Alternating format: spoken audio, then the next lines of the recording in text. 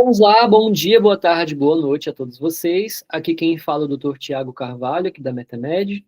Eu sou médico e um dos professores aqui da plataforma, e hoje vamos falar sobre a anatomia do aparelho reprodutor feminino. Bom, aula muito importante, galerinha.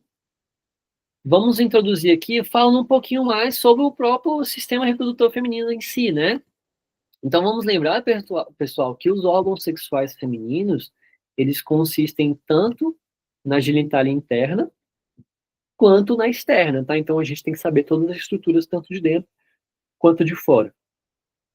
Toda parte dessas estruturas, né, quando a gente junta elas, né, a gente compõe algo que a gente chama de sistema reprodutor feminino, tá? Que vão desempenhar tanto as atividades sexuais quanto reprodutivas da mulher. Tá bom? Os órgãos genitais externos, né, pessoal, eles vão ser conhecidos por um conjunto chamado de vulva, tá? Eles são sustentados ali pelo períneo. Já a parte, e vai ter também ali o monte pubiano, né? Os grandes e pequenos lábios, o clitóris, toda a parte também ali da vesícula, o bulbo, e as glândulas em si, que vão estar responsáveis pela parte da lubrificação. Já a vagina, o útero, os ovários, né? As trompas, é tudo estrutura mais interna mesmo, tá bom? Outro ponto muito importante que vocês têm que estar na mente é o que? Os órgãos reprodutores femininos, pessoal, eles passam por importantes mudanças estruturais ao longo da desenvolvimento ali dessas pacientes, tá? Então, lembrar, inclusive, elas vão estar mudando até cada mês, né? Mulherada aí que o diga. Então, essas estruturas elas podem estar sofrendo modificações mediante ali a ação dos hormônios, tá bom? Essas mudanças também, pessoal, elas não vão ocorrer somente para tornar a vida das mulheres mais difícil, não. A menstruação não está aí para complicar, não. São ciclos extremamente importantes para o desenvolvimento e reprodução da mulher, tá? Então, elas vão ter tanto essa função de proteção em si, quanto fisiologia, mas principalmente sobre a gravidez, tá? Já sobre a gravidez em si, né, se ela não ocorrer, todo o revestimento ele vai ser o quê?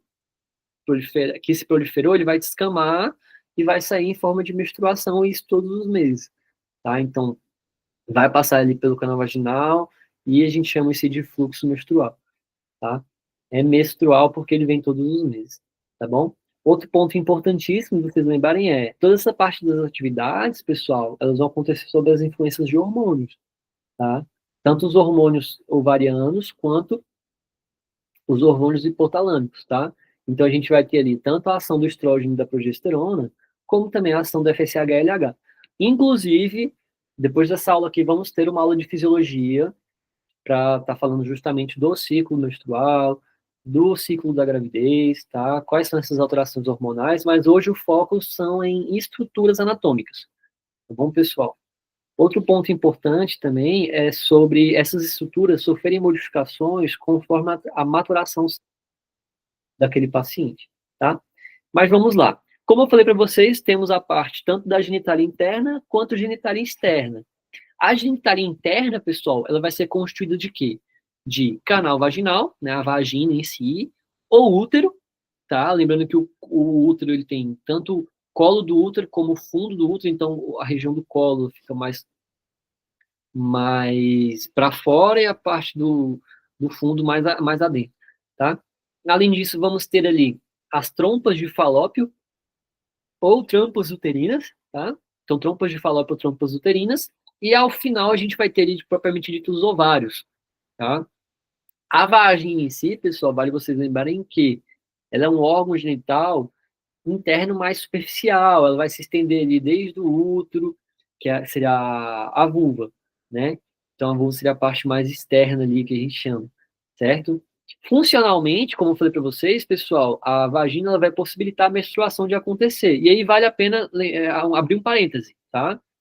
A menarca seria ali o episódio da primeira menstruação da mulher, né?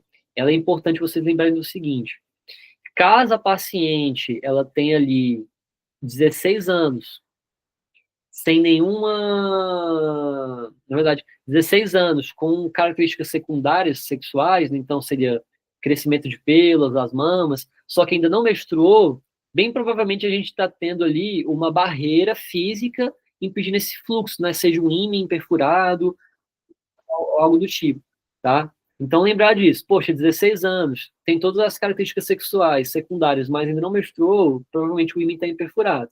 Agora ali, poxa, 14 anos, não tem característica sexual, não menstruou ainda, a gente pode estar investigando outros tipos de causa, tá? Mas e com certeza uma vagina saudável vai possibilitar a menstruação de acontecer, como também a toda a parte da relação sexual e, obviamente, o parto, tá bom, pessoal? A vagina vai ser localizada posteriormente à bexiga e à uretra e de forma anterior ao reto, ou seja, ela fica ali no meio entre o reto e a bexiga, tá? Tanto que elas vão ter vãos ali, né, saculações, tanto de um lado quanto do outro, tá? Essas estruturas, como eu falei para vocês, né, a extremidade superior da vagina ela vai estar ligada ao colo, né? O colo é aquela região no qual a gente consegue visualizar no final do canal vaginal. Então, chegou ali no canal do canal vaginal, a gente vai enxergar o colo. O colo é justamente onde a gente faz o exame preventivo, né, de Papa Nicolau, para investigar ali, às vezes, um HPV, um câncer de colo, tá bom? Um ponto importante você estar lembrando é as estruturas, né, que formam uma bolsa ali, né, a gente vai ter o fórnix vaginal, que possui a parte anterior, posterior e lateral, como também a extremidade inferior da vagina, que a gente chama de orifício vaginal, né, que é onde entra ou sai ali e tudo. Se a gente abre para o vestíbulo vaginal, logo atrás do orifício uretral, né, vai lembrar que toda aquela região da vulva a gente vai ter ali não só o canal vaginal, mas logo acima a uretra. Então, diferente do canal masculino, que a uretra é junto com o canal seminal, aqui a gente vai ter essa separação. Então, vagina e logo acima o canal uretral, tá? E acima do canal uretral vem o clítoris, certo? Outro ponto importante você estar lembrando é o quê? A extremidade inferior da vagina, que seria esse orifício vaginal, né, ele vai abrir para o vestíbulo vaginal atrás desse orifício uretral. Então, é como se fosse um embaixo mesmo do outro. E esse orifício vaginal, como eu falei para vocês, ele vai ser parcialmente coberto por uma membrana que a gente chama de ímã, né, como eu falei para vocês. Então, normalmente esse ímã ele vem fechado e à medida que a mulher vai se maturando, esse ímã vai abrindo. A vagina também, pessoal, vale lembrar o seguinte, tá? Ela vai ser irrigada pelos ramos, tanto da artéria ilíaca interna, né? Então, não sei se vocês lembram mais. Quando a gente tem o ramo da aorta, né? Então, coração, né? Esquerdo, a gente bombeou para a aorta. Na passa o arco, a gente tem a aorta descendente, que é onde vai descer, passa aqui pelo tórax, abdômen, até chegar na pelve. Quando chega mais ou menos na região da pelve, essa aorta abdominal, ela vai se dividir em ilíaca interna e ilíaca externa. A parte da ilíaca interna, ela vai irrigar a pelve. Já as ilíacas externas, elas vão irradiar o sangue ali para os membros inferiores, tá? Vale muito a pena você estar lembrando disso. Então, essa ilíaca interna, ela vai estar ramificando ali em artérias uterinas, artéria vaginal, pudenda interna, né? Toda a parte também drenagem venosa, né, da vagina vai acontecer com esse caminho inverso. Então, saindo da pelve, entrando nas ilíacas e subindo para as veias, no caso, cava agora inferior, tá bom? Outro ponto importantíssimo de você estar lembrando é a drenagem da vagina por meio das veias, né? Ela vai acontecer tanto por meio vaginal, veia ilíaca interna, e vai incluir também a parte de inervação. Então, assim, sempre vão estar andando em conjuntos, os vasos e nervos, né? Além do sistema linfático, vocês devem lembrar disso. Então, o plexo hipogástrico inferior, através do plexo útero-vaginal, a gente vai estar tendo essa irrigação acontecendo por meio de fibras simpáticas e parasimpáticas, que são conduzidas pelos nervos toracolombar, tá? Que vão ficar mais ou menos ali em T12 a L1, tá? Então, quase ali no finalzinho. E o esplênico, né, como o nome diz ali, esplênico pélvico, ele vai ficar entre S2 e S4, respectivamente. Já o outro nervo também que vai estar relacionado a toda essa região é o nervo pudendo, né, através do nervo peritoneal profundo. Então, peritoneal profundo, depois nervo pudendo. E aí, como eu falei para vocês, além de vasos e sistema nervoso, temos também toda a parte de drenagem linfática, tá? Então, a linfa drena a vagina para os linfonodos ilíacos, né? Tanto ignais superficiais, como também para solidificar seus conhecimentos sobre a anatomia da vagina, a vascularização sanguínea, inervação, é interessante vocês estarem seguindo esses materiais que a gente tá postando para vocês, tá, pessoal? Então, aqui a ideia realmente é fazer algo mais dinâmico, mais superficial com vocês, mas a gente vamos aprofundar ali também depois nos grupos, vamos aprofundar essa discussão também nas próximas aulas, então isso aqui é uma aula de estrutura, né? Lembrando que a gente vai deixar o aprofundamento para a parte de fisiologia, tá bom, pessoal? Outro ponto muito importante você está lembrando, né, que é uma estrutura chave aqui, como eu falei para vocês aqui em cima, né? Além da questão da vagina em si, é o útero, tá? Então, o útero, pessoal, ela é uma estrutura, poxa, fenomenal. O útero, como eu falei para vocês, ele é um órgão oco, justamente porque ele tem que ser oco para conseguir receber ali o embrião futuramente, tá? Tem toda a parte também anterior ao reto e posterior à sua bexiga, então lembrar que vamos ter esses vãos ali também, inclusive eles podem tá tendo algum tipo de repercussão ali, tá? O útero também tem um ponto que ele normalmente vai se encontrar na posição anterovertida em anterflexão, tá? Esse é o normal dele. Pode ser que ele esteja em outras posições? Com certeza. Então, as variações anatômicas do útero são várias, tá? Mas normalmente ele vai estar anterovertido, tá? Então, um pouquinho mais para baixo. Normalmente, vocês, pessoal, fazendo a manobra ali, vocês não conseguem palpar o útero. Então, normalmente a gente tem que pinçar o colo e jogar o útero aqui na mão em cima para conseguir fazer o toque direitinho, tá? Um ponto importantíssimo que vocês têm que lembrar é o seguinte: o revestimento endometrial do útero, né, que é um dos principais responsáveis ali pela menstruação, né, ele vai proliferar todo mês, tá? Então, o endotélio do útero, ele cresce e se prolifera todos os meses, tá? Justamente para ele se preparar para um possível embrião. Poxa, doutor, o embrião ele não se fixou. O que, que o nosso corpo vai fazer? Ele vai cair os níveis de beta e ele vai expelir esse e os outros níveis hormonais, ele vai expelir essa espessura ali, tanto que nos primeiros dias saem uns pedaços até de coágulo, né, dependendo de como é que é o seu ciclo menstrual, tá? E aí, caso tenha essa fertilização, ela ocorra, vamos manter os níveis de beta alto, né, beta-HCG alto, até a gente conseguir ter uma produção ali que se sustente a espessura desse útero. Então, em que situação a gente não vai ter essa descamação? Em situações de fertilização, com a inclusão do embrião ali na parede do útero. Tá bom, pessoal? Se a gravidez não ocorrer, como eu falei para vocês, todo esse revestimento do endotélio, ele vai ser eliminado na menstruação normalmente, tá? E aí, como eu estava falando para vocês, é o seguinte, existem algumas estruturas anatômicas do útero que elas são muito importantes, tá? A primeira delas é o corpo, né, que seria a parte principal, né, a maior parte ali. O corpo do útero também vai lembrar que ele vai conectar aliás, as trompas uterinas que vão estar conectadas aos ovários, tá? Através dos cones também, dos cornos uterinos, né, a gente vai ter ali tanto o corpo com a base que é o fundo, né, como uma câmara interna que seria a cavidade uterina, tá? Quando a gente chega lá em cima, a gente, na verdade, mais embaixo, né, a gente vai ter o istmo, que é uma parte mais estreita, né? Então, deixa eu mostrar para vocês aqui. Então, esse que seria o corpo. Quando a gente vai descendo aqui no colo, ele vai se estreitando. Quando a gente se estreita ali, a gente vai acabar chegando aonde? Né? Na parte do istmo, certo? Que ela vai ficar ali mais ou menos entre o corpo e o colo do útero.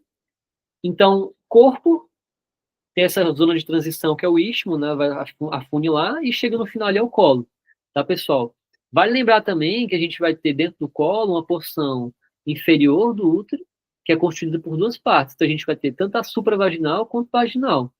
E as duas aberturas, né? A gente vai ter um orifício interno e um orifício externo. Lembrando que até o tipo de tecido dessas estruturas vão estar modificando dependendo ali, tá? E o canal, na verdade, né, o canal entre o orifício interno e externo do colo, existe um canal que a gente chama de canal endocervical, tá? Que é mais ou menos onde a gente coloca a escovinha lá no Papa Nicolau para dar uma olhadinha, tá?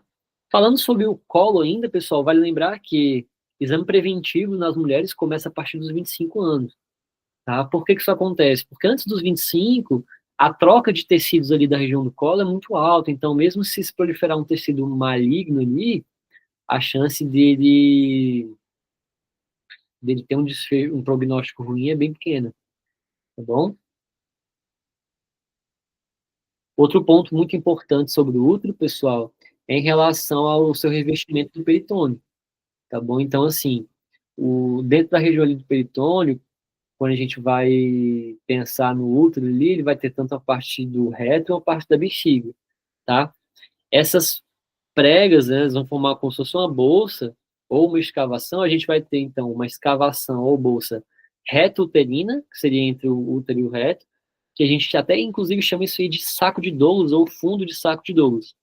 Já a escavação que vai estar sobrando ali entre a vesícula, né, que seria o útero, e a bexiga, né, a gente chama de vésico uterino. Essa escavação também é muito importante, ela vai ficar um pouco mais anterior, certo?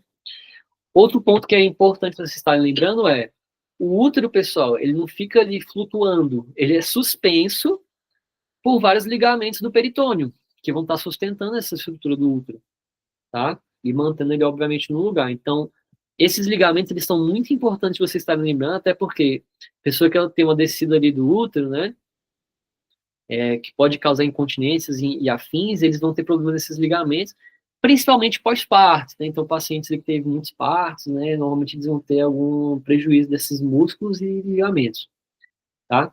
Mas, de forma geral, a gente vai ter o ligamento largo, o ligamento redondo, ligamento cardial, ligamento útero-sacro e o ligamento pubo-cervical. Então, esses 5 ligamentos, eles vão estar completamente responsáveis pela sustentação do útero, ovários, trompas, tá?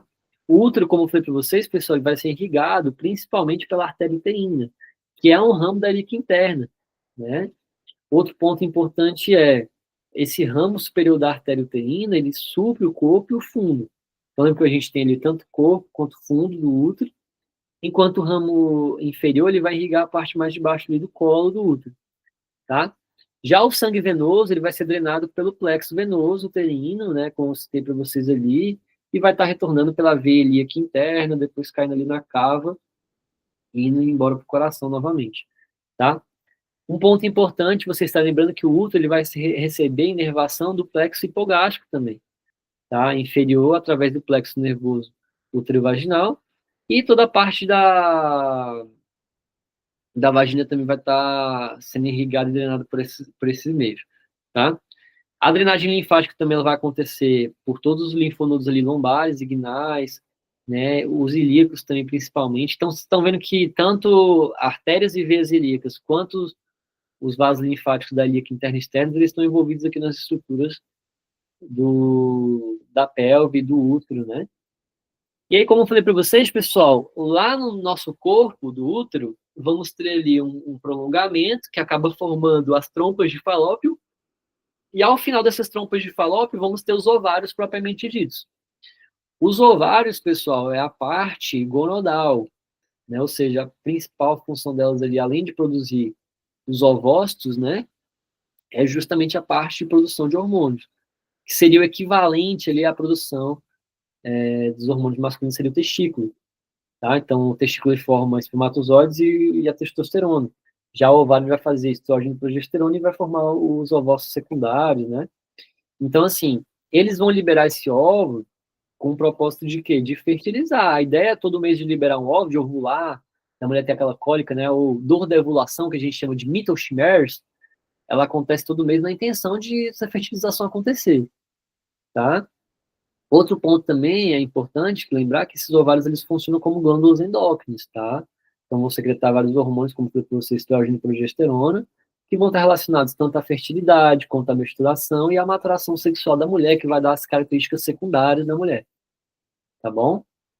Vale ressaltar que quando a mulher ela entra no climatério e de fato consuma a menopausa, ou seja, ela fica um ano sem menstruar, a gente começa a ter o quê? Uma atrofiação desses ovários, então a gente vai ter uma queda de produção hormonal, por isso que a gente vai ter tantos sintomas ali nesse momento do climatério, que a gente vai ter uma queda hormonal, então vai dar fogacho, falta de sono, irritabilidade, enfim, por aí vai. Tiago, Cada ovário, como vocês sabem, eles vão estar localizados numa fossa ovariana dentro da pelve, né? E eles vão ser adjacentes ao útero e inferior a cada uma das tubas uterinas, tá? Então, lembrar que ele não é reto, assim, ele faz uma curvinha, assim, ele fica mais anterior à tuba, tá? O ovário também ele vai conter 4 superfícies, né? Então, ele vai ter parte anterior, uma posterior, uma medial e uma lateral, e os 2 polos, né? Que é superior e inferior, tá bom? Outro ponto muito importante, como eu falei para vocês, esse ovário ele também precisa de alguns ligamentos para se sustentar. Então, ele vai estar sustentado pelo ligamento suspensor do ovário e o ligamento ovariano próprio, tá? Além também do mesovário. Então, esses três ligamentos eles vão estar responsáveis por sustentar esse ovário, ficar bonitinho, paradinho ali, igual na imagem, tá? Um ponto importante também de vocês estarem lembrando é toda a parte de irrigação também acontece aqui, tá? Então, eles vão receber todo um suprimento arterial para esses ovários, né? Justamente para a gente conseguir ter um desenvolvimento folicular ali considerável, então a gente precisa de oxigênio, precisa de glicose, então necessariamente precisa de uma irrigação, tá? São emergentes ali da artéria aorta abdominal, e toda a parte dos vasos também, pessoal, eles vão alcançar a dentro da gônada mesmo, tá? Ele vai percorrer todo o trajeto desses ligamentos, então ele vem pelos ligamentos normalmente, né? Então ele vai vir ali pelos ligamentos superior do suspensor do ovário, vem pelo ligamento ovariano próprio, vem pelo mesovário, tá? Então lembra os ligamentos a gente vai ter esses vasinhos ali passando, tá bom? E aí, sempre é bom você estar lembrando. O sangue que ele é distribuído ali, né, ou seja, o sangue venoso desses ovários, ele vai ter que ser drenado. Ele vai ser drenado por onde? Pelo plexo pampiliforme também, assim como no homem, é o mesmo nome do plexo. Então, desse plexo ele vai vir artérias, veias e sistema linfático, alguns nervos, tá? Vale lembrar de si que é o mesmo nome, pampiliforme também. Eles saem ali em conjunto, tá? Essas veias, posteriormente, elas vão se fundir aonde, né? Lá, além dos ovários, elas vão estar voltando para a pelve por meio das ilitas. Tá? Então, lembrar que vai fazer todo o processo contrário. A veia faz o processo contrário e a artéria o caminho original, né?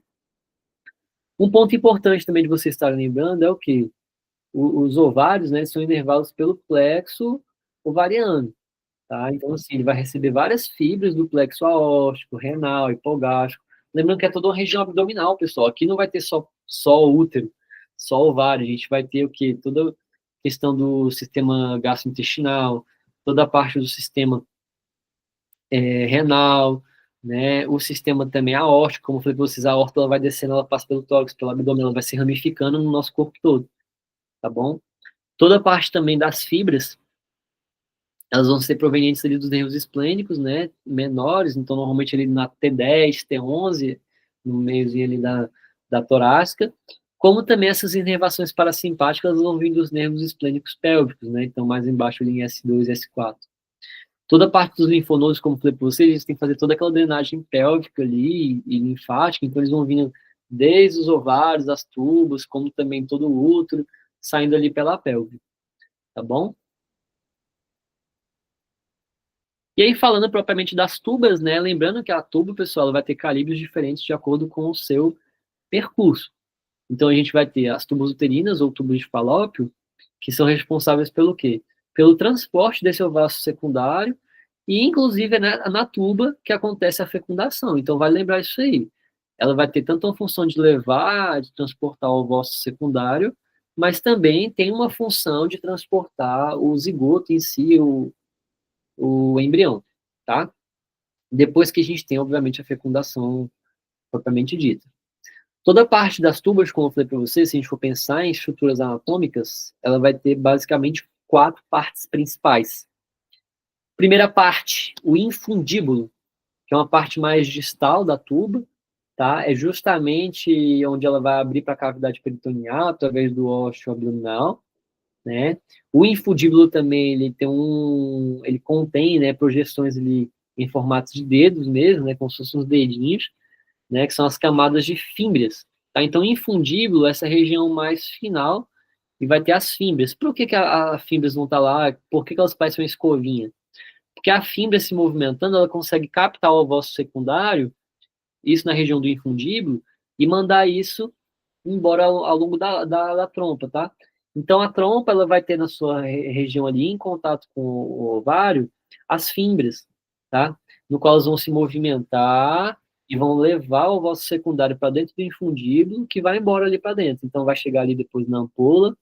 A ampola, como o nome já diz, é uma parte mais alargada dentro do tubo. Geralmente, é onde acontece a fecundação e a fertilização é lá. Depois ela vai andando, vai chegar no istmo, que é uma parte mais estreita, ao contrário da ampola, né? Normalmente ela está quase chegando ali dentro do útero, e a parte intramural ou uterina, que é a parte do tubo que se comunica de fato com o útero, tá? Então, tem essas 4 etapas ali, vale a pena você estar lembrando. Aqui, para a gente revisar, ó, infundíbulo junto com as fimbrias, né? Perdão, junto o ovário, né? Então, aqui o infundíbulo com as fimbrias. Entrando aqui no infundíbulo, a gente chega na ampola, que é uma região mais alargada, onde acontece a fecundação. Depois a gente vai continuando aqui o nosso percurso, ó, certo? Com a parte aqui do istmo. O istmo ele vai se encurtando aqui, ó, e aqui é a parte da uterina, que é onde a gente vai ter o contato de verdade com o próprio útero, tá? Um ponto importante também de você estar lembrando é a tubo-uterina, pessoal, vai receber suprimentos também, vai ser inervado, também vai ser nutrido, vai ter vaso linfático, vai ter vaso nervoso, assim como todas as outras estruturas, tá? A primeira vai ser, obviamente, um ramo da artéria ilíaca interna, como sempre, né? E a segunda vai ser emergente ali da aorta abdominal mesmo, tá? Essa drenagem venosa, pessoal, inclusive das tubas, ela vai ser mediada ali pelas veias tubárias mesmo, tá? Toda parte também de drenagem vai vir do plexo venoso uterino e o pampiliforme novamente. Então, só para relembrar ou refrescar a memória de vocês, né? O plexo pampiliforme ele vai estar relacionado a essa parte ali de drenagem, tá? Principalmente ali que vai ter vasos sanguíneos, linfáticos e nervosos. Assim como também no homem é a mesma coisa, tá bom? Já adentrando um pouco mais aqui, a gente vai ter esse plexo hipogástrico, né, superior ali entre T10 e L2, tá? Que ele, através desse nervo hipogástrico, ele vai estar fazendo suas funções de irrigar ali a tuba uterina. Toda a parte também de inervação parasimpática, ela vai provenir da onde? Dos nervos esplênicos, né, assim como as outras estruturas, tá? Como também agora o nervo vago também, né, que é o 10º par de nervo craniano. A linfa também, pessoal, é drenada por tubas uterinas para os linfonodos da aorta, né, ilíacas internas e inguinais. Então, o que vocês têm que lembrar de vaso, né, que entra é pela ilíaca interna, né, que ela é um ramo da aorta, tá? E essa ilíaca interna ela vai irrigar a pelve, a externa ela vai irrigar os membros inferiores, tá bom? Então, assim, sobre estrutura interna, o que é importante vocês estarem sabendo para a prova de vocês? Saber os principais vasos, eu acho que principalmente os ligamentos, tá? Então, quem sustenta o útero, quem sustenta o ovário, certo? Então, assim, da parte interna é basicamente isso, e as camadas e estruturas do útero, né? Então, o corpo, o fundo, o colo, o istmo, tem que saber, tá bom? Estendendo agora para a parte da genitália externa, tá? Ou, como a gente chama, vulva, a gente vai ter alguns órgãos ali do períneo. Então, a gente vai ter o monte de Vênus ou o monte pubiano, que é aquela elevação que a gente vai ter ali na pelve feminina, os grandes lábios, os pequenos lábios, clitóris, vestíbulo, bulbo vestibular e as glândulas vestibulares, né? Essas últimas ali responsáveis por toda a parte de lubrificação, também são estruturas mais internas. O monte pubiano ou monte de Vênus, né? Ele é uma massa de tecido ali subcutâneo adiposo que vai se localizar anteriormente, né, à síntese púbica, né? A pele sobre o monte pubiano também é coberta por uma camada triangular de pelos, né, pubianos ali, que vão até se estender à coxa, né, na 4ª etapa ali do crescimento dos pelos, tá? Os grandes lábios aqui, como vocês mesmos veem, né, eles são dois, então são duas dobras cutâneas longitudinais, cobertas por pelos pubianos também, tá? Eles vão estar relacionados à proteção e fechar o canal ali direitinho, embora eles fiquem levemente abertos também, tá? Eles têm uma parte mais lateral da vulva, né? Estende-se desde o monte pubiano até o períneo mesmo ali, tá? A fenda entre os grandes lábios é chamada de fenda da vulva, ou rima do pudendo também pode ser, tá? E dentro dessa rima ali, também contornando elas, vamos ter os pequenos lábios e o vestíbulo, tá? Então, até como vocês conseguem ver aqui, ó, na imagem. Então, essa região aqui é o Monte de Vênus, tá vendo? Até onde tem uma elevação aqui dessa massa. Tem toda a comissura labial anterior, a sínfise púbica descendo aqui, o prepúcio do clitóris, tá vendo? O clitóris aqui embaixo. Os lábios menores, os lábios maiores, lembrando que eles vão ter pelos também, aqui, ó. Eu queria mostrar para vocês isso aqui, ó. A gente vai ter, ó, o ósseo externo da uretra, ó, aquele acima do canal vaginal, tá vendo? Do ósseo da vagina, ósseo da uretra externa, né, ou externo da uretra. A abertura também da glândula paruretral, as paruretrais elas vão estar aqui auxiliando, tá? Toda a parte também aqui, ó, da glândula vestibular também é responsável. O freio também é menor que os lábios, tá? A comissura labial, como foi para vocês, ou rima da vagina, tá? E aqui a gente consegue observar até algumas estruturas ósseas também da pelve, ó. A gente tem aqui o sacro, o cóccix, a espinha ilíaca, tá vendo? Então, todas as estruturas ósseas aqui, ó, elas são importantes você terem a espinha esquiática, né? Então, assim, a tuberosidade esquiática, a abertura da glândula vestibular maior também. Então, essas estruturas, tanto ósseas da pelve, é importante lembrar, principalmente sacro e cóccix, tá? Como também a espinha ilíaca. Então, assim, são estruturas extremamente importantes. Já nos pequenos lábios, né, como eu falei, são duas dobras cutâneas mais longitudinais, elas são mais finas, não tem pelos, né, diferente dos grandes lábios que têm pelos. Eles vão estar ali encontrados ali perto dos grandes lábios também, obviamente, tá? Então aqui, ó, basicamente um ao lado do outro, tá? Cercam também, obviamente, o vestíbulo vaginal e seus orifícios, né? Tanto uretral quanto vaginal, os ósseos ali, né?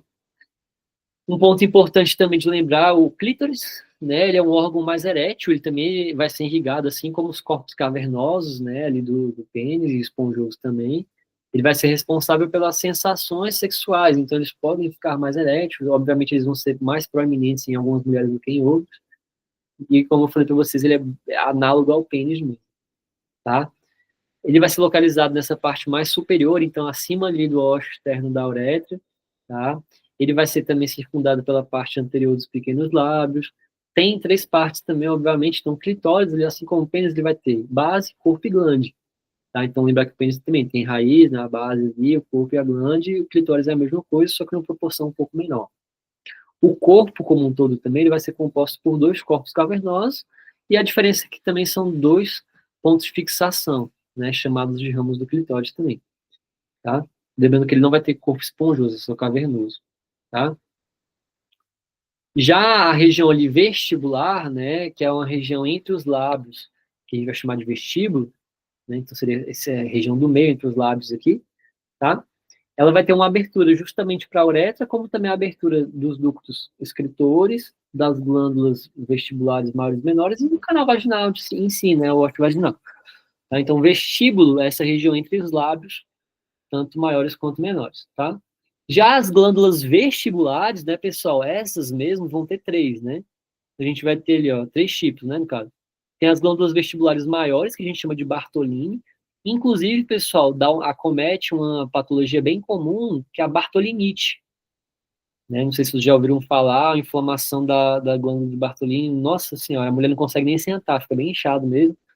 E normalmente a gente tem que fazer ali uma compressa de água morna, até conseguir um ponto de flutuação para drenar.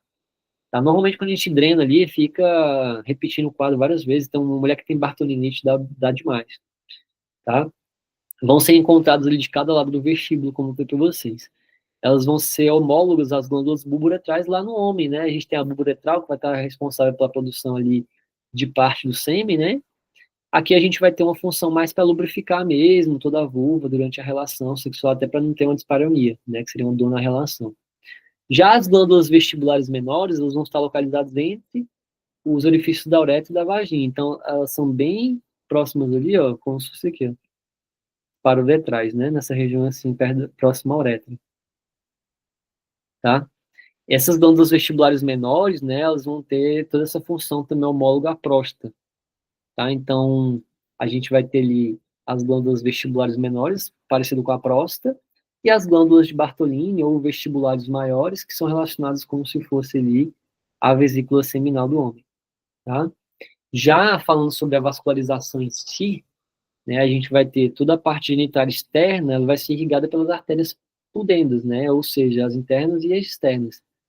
Toda a parte também dos seus ramos, pessoal, é importante vocês se lembrarem que eles vêm da onde? Poxa, ilíacas, sempre das ilíacas, né? Então, tiver que chutar alguma coisa aí, de onde é que, ramo do que irriga qualquer coisa na pelve? Pô, ilíaca interna, né? Então, vamos pegar esse bizu aí que vale a pena, tá?